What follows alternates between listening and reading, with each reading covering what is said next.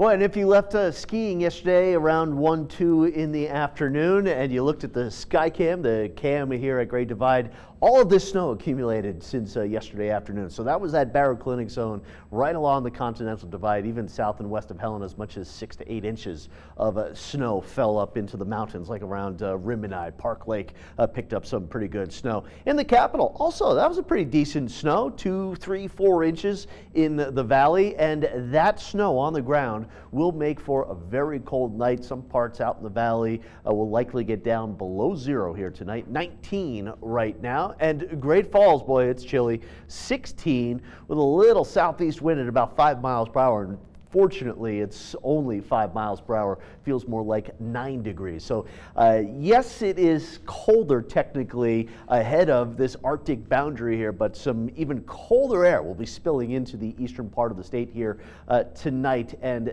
that will make for some dangerously cold wind chill values right near 0 or even below 0 around the Lewistown area right now. So it'll get colder the farther east you go here in the state. Overnight tonight by about midnight, look at some of these wind chill values getting closer to 20 below, and then tomorrow morning, Glendive, Baker, up here around Scobie, Culbertson, it could be as cold as 40 below 0 with the wind chill. Not as cold toward the west here, but it'll still be a pretty cold start to your Tuesday with many towns down into the single digits, if not even below 0. But dangerously cold. Whitewater, Opine, Scobie, Wolf Point, over through about the Glasgow area.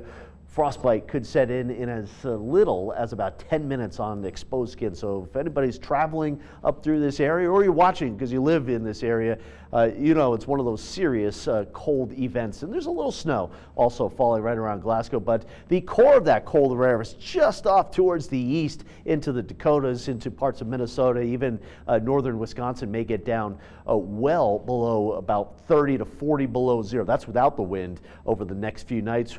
Winter storm warning, winter storm warning, winter storm warning down from parts of Louisiana, Alabama, Mississippi, Georgia, and Tennessee. And then a wind chill warning for wind chill values 50, even 60 below 0 through the Dakotas and all of Minnesota. So Montana, we kind of missed this one with the exception of far eastern areas of the state here. Tomorrow, another mostly sunny day, but it will be a cold day with highs in the teens and the 20s for most of the state except eastern Montana. Wednesday, it's mostly cloudy. We're going to see a little warmer air trying to move into the state here Wednesday, a little Chinooking going on, and not much snow this week here. By the time we get into Friday, note that snow kind of comes close to Montana. We could be looking at a pretty good snow event coming through this Sunday. Here's the forecast for tonight.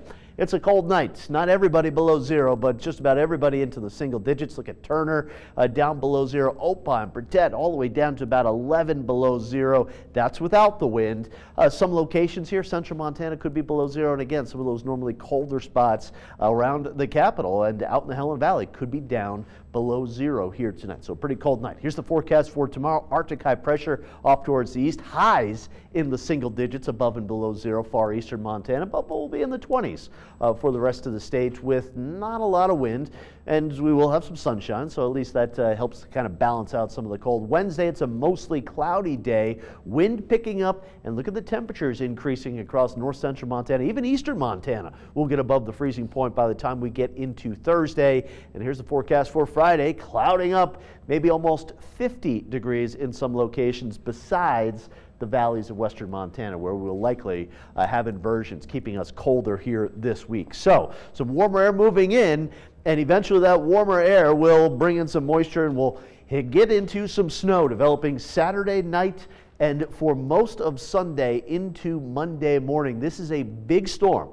with a big accumulation likely, and it spans pretty much the entire state and a lot of the Rocky Mountains. So if anybody is traveling here this weekend, the weather will go downhill, and those temperatures also going down pretty far after a little warmer air for Great Falls here this week. Okay, great. Thanks for that, Curtis. And Sam, coming up next in sports, Montana baseball team is looking to make a pretty big change. That they are.